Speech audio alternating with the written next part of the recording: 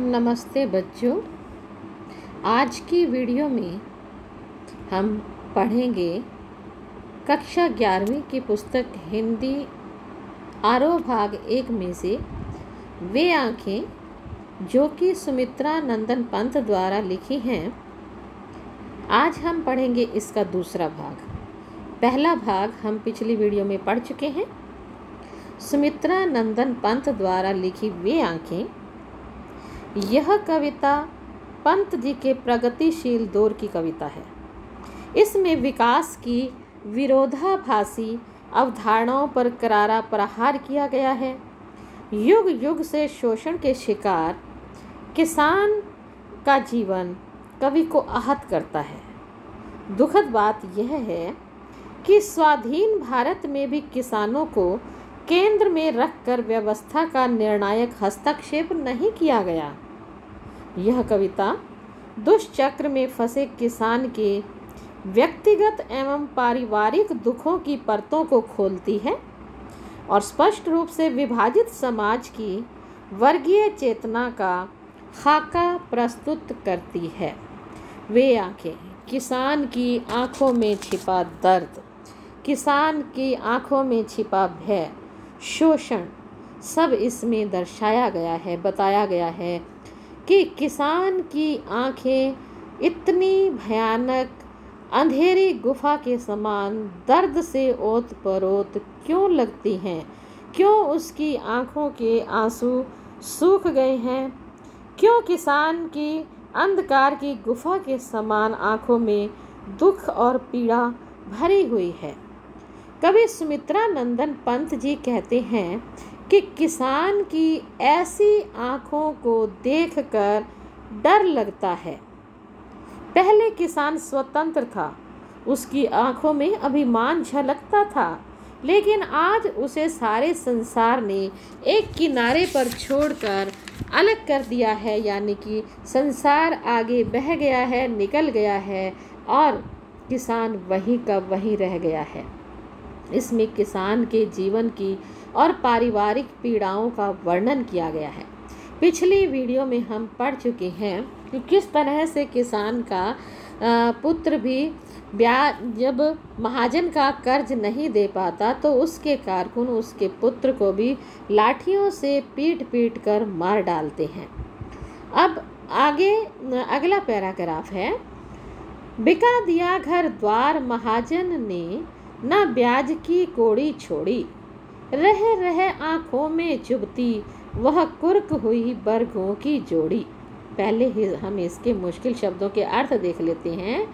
बिका दिया यानी कि बिकवा देना, घर द्वार यानी कि घर और बाकी सारी चीज़ें, ब्याज की कोड़ी यानी कि एक भी पैसा उसने ब्याज करना छोड़ा, और कुर्क हुई, कुर्क मीन्स होता है नीलाम होना, बरगों की जोड़ी यानी कि बैलों की जोड़ी, बैलों की जोड़ी जो कि वो नीलाम हो गई। अब चलते हैं इसके भावार्थ की ओर।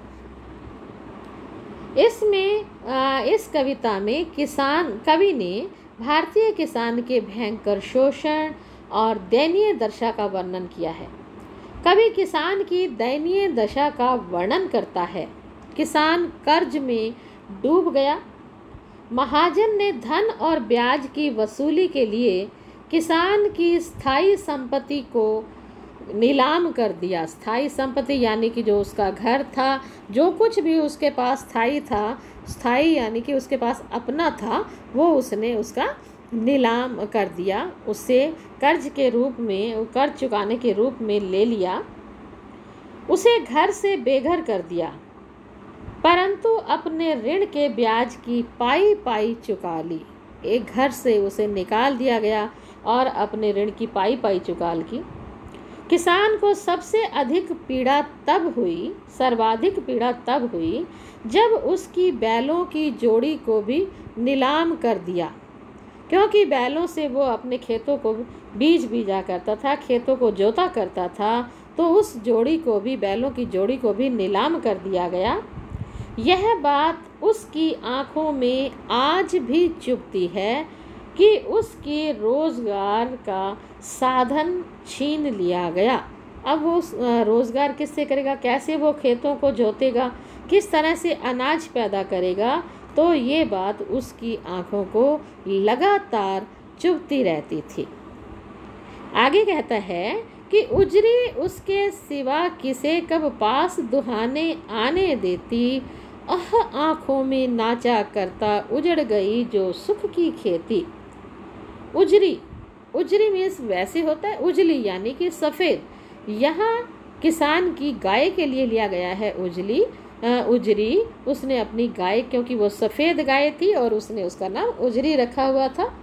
सिवा मीन्स बिना, दुहाने मीन्स होता है दूध दोहने के लिए, आह यानी कि दर्द भरी आह। आँखों में नाचना, बार बार सामने आना। तो इसमें कहा गया है कि किसान के पास एक दुधारू गाय उजली, जिसे वह प्यार से उजरी कहा करता था, वह थी। वह गाय उसके सिवाय किसी और को अपने पास दूध दोहने के लिए नहीं आने देती थी। अपने किसान के अलावा वो किसी को अपना दूध दोहने नहीं देती थी। तो मजबूरी के कारण किसान को उसे भी बेचना पड़ा। क्यों बेचना पड़ा? क्योंकि अभी भी जो कर्जा था वो बाकी शेष था, इसलिए किसान को उसे भी बेचना पड़ा। इन सब बातों को याद करके किसान बहुत ही व्यथित होता है, बहुत दुखी होता है, बहुत निराश है। ये सारे दृश्य उसकी आंखों के सामने नाचते हैं। उसकी सुख भरी खेती उजड़ चुकी है और वह निराश और हताश है, बहुत ज़्यादा दुखी है, बहुत ज़्यादा हताश है, बहुत ही निराश है। क्योंकि जो अनाज वो खेतों में पैदा करता था, अब उसके पास कुछ भी नहीं रहा। इस अनाज को उत्पन्न करने वाले जो बैल थे, खेतों को जोतने वाले, वो चले गए थे। गाय नहीं थी, खेत नहीं थे, कुछ भी नहीं था। तो किसान इन हालातों को लेकर बहुत ज़्यादा निराश था। तो इसका शिल्प सौंदर्य है, किसान पर महाजनों के अत्याचारों का सजीव वर्णन किया गया है। कुर्की होता है नीलामी। कुर्की और गरीबी के कारण बैल और गाय बेचने का दृश्य कारुणिक है, बहुत ज़्यादा दुखी करने वाला है, मन को व्यथित करने वाला है। घर द्वार की कोड़ी नेना किसे कब, इन सब में अनुप्रास अलंकार है। रह में पुनरुक्ति प्रकाश अलंकार है। आँखों में चुभना, आँखों में नाचना इत्यादि मुहावरों का प्रयोग किया गया है। देशज शब्दों जैसे बरघों, इसका सटीक प्रयोग है। ग्रामीण परिवेश साकार हो उठा है। तत्सम तद्भव युक्त खड़ी बोली का प्रयोग किया गया है और शैली भावात्मक है। तो इसके आगे का पैराग्राफ, बिना दवा दर्पण के घरनी, स्वर्ग चली आँखें भर आती, देख रेख के बिना दूध मोही बिटिया, 2 दिन बाद गई मर।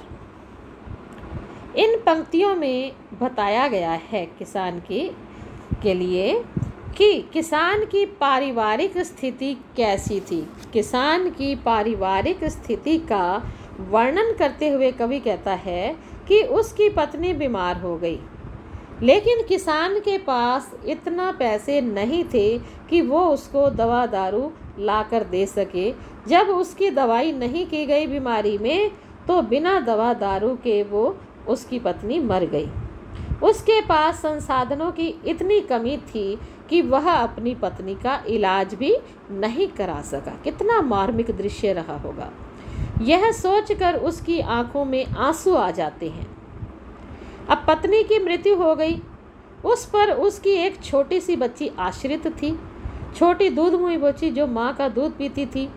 उसे जब माँ का दूध नहीं मिला, उसकी देखभाल करने के लिए कोई नहीं मिला, तो 2 दिन के बाद उसकी पुत्री भी, जो नन्ही बच्ची थी, वो भी मर गई। नन्ही बच्ची भी मर गई माँ के अभाव में। इसके बाद कहा है अगले पैराग्राफ में, घर में विधवा रही पतोहू, लक्ष्मी थी यद्यपि पति घातिन, पकड़ मंगाया कोतवाल ने, डूब कुएं में मरी एक दिन। इन पंक्तियों में किसान के परिवार का एक और मार्मिक दृश्य उपस्थित किया गया है। किसान के घर में उसकी एक विधवा पुत्र वधू बची थी। उसका नाम लक्ष्मी था। वैसे भी पुत्र वधू को घर की लक्ष्मी कहा जाता है, किंतु उसे उस समय क्योंकि किसान के पुत्र को किसान के कारिंदों ने मार डाला था, तो उसका दोष किसको दिया गया? उसकी पत्नी को, उसे पति को मारने वाली समझा जाता था। समाज में पति की मृत्यु होने पर उसकी पत्नी को हत्या का जिम्मेदार मान लिया जाता है। पत्नी हालांकि स्वभाव और चरित्र से लक्ष्मी के समान थी, फिर भी उसे पति को मारने वाली घातिन समझा गया। एक दिन कोतवाल ने उसे बुलाकर उसके साथ कुकर्म किया। क्योंकि उसका सिर पर ना तो पति का साया था और किसान स्वयं लाचार था, तो कोतवाल ने उसे बुलाकर उसकी इज्जत लूटी। लाज के कारण उसने कुएं में कूदकर आत्महत्या कर ली। इस प्रकार से किसान का पूरा ही परिवार खत्म हो गया, पूरा ही परिवार बिखर गया था। इसका शिल्प सौंदर्य है। किसान की गरीबी, शोषण और लाचारी का सजीव वर्णन किया गया है। आंखें भर आना मुहावरे का सार्थक प्रयोग है। घरनी, स्वर्ग, लक्ष्मी, घरनी में होता है पत्नी, लक्ष्मी आदि तद्भव शब्दों का प्रयोग किया गया है। दवा दर्पण 2 दिन, इसमें अनुप्रास अलंकार है। पति की हत्या के बाद नारी के प्रति समाज के कटु दृष्टिकोण का पता चलता है। खड़ी बोली का प्रयोग किया गया है। पुलिस के अत्याचारों का वर्णन किया गया है। भाषा तत्सम तद्भव युक्त खड़ी बोली का प्रयोग है। तो इसके आगे चलते हैं। अगला पैराग्राफ है, खैर पैर की जूती जोरू, ना सही एक दूसरी आती, पर जवान लड़के की सुध कर, सांप लोटते फटती छाती। किसान को अपनी पत्नी की मृत्यु का अधिक शोक नहीं है, ज़्यादा दुख नहीं है। वह उसे पैर की जूती के समान समझता था। खैर पैर की जूती जोरू, वह उसे अपने पैर की जूती के समान समझता था। एक ना सही एक दूसरी आती, यदि एक नहीं रहती तो दूसरी को से विवाह करके घर में लाया जा सकता है, ऐसा वो सोचते थे। किंतु प्राचीन रूढ़िवादी सोच के कारण किसान पत्नी को जूती के समान, पैर की जूती के समान माना। वो सोचता है कि यदि एक नहीं है तो दूसरी से विवाह कर लिया जाएगा। किंतु उसे अपने जवान बेटे की याद आने पर बहुत कष्ट होता है। उसके दिल में शूल चुभते हैं, जैसे कांटा चुभता है। उसकी छाती पर सांप लौट जाते हैं, उसकी छाती फटने लगती है। क्या सोचकर? अपने पुत्र की याद में, अपने पुत्र की मृत्यु सोचकर उसे बहुत दुख लगता है और वह अत्यंत व्याकुल हो जाता है।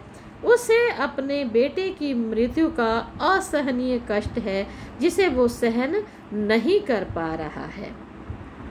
पिछले सुख की स्मृति आंखों में क्षण भर एक चमक है लाती, तुरंत शून्य में गढ़ वह चितवन, तीखी नोक सदृश बन जाती।